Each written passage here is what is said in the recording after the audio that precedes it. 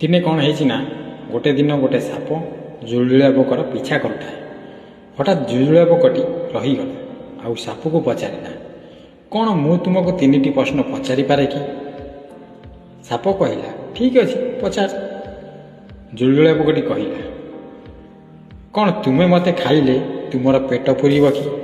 ସାପ କହିଲା, ନାଇଁ, ପୂରିବ ନାହିଁ।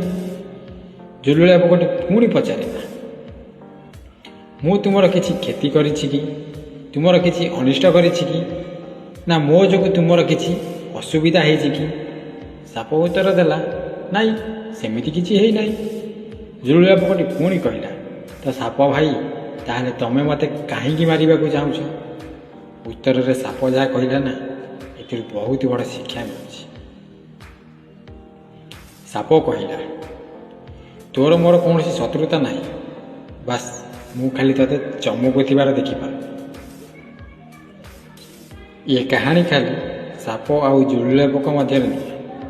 ଆମ ସମାଜରେ, ଆମ ଆଖପାଖରେ ଏମିତି ବହୁତ ସାରା ଲୋକ ମିଳିବେ, ଯିଏ ଆମକୁ ନିଚା ଦେଖାଇବାରେ, ଆମର ବେଇଜ୍ଜତି କରିବାରେ, ଆମର ଖରାପ କରିବାରେ, ଆମର ଅପମାନ କରିବାରେ ତାଙ୍କୁ କୌଣସି ଖାସ୍ ବଜାର ଦରକାର ପଡ଼ିନଥାଏ।